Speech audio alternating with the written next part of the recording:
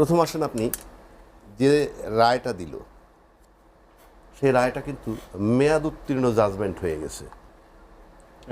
মেয়রের রায়ের কথা রায়টা। বলছেন।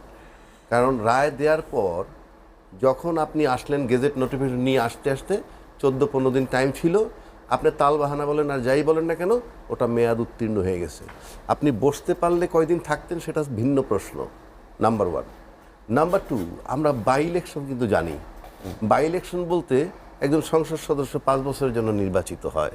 মাঝখানে যদি কেউ মারা যায় বা পদত্যাগ করেন 3 বছরের মাথায়, পরবর্তী যিনি নির্বাচিত হন উনি কিন্তু 2 বছর থাকেন।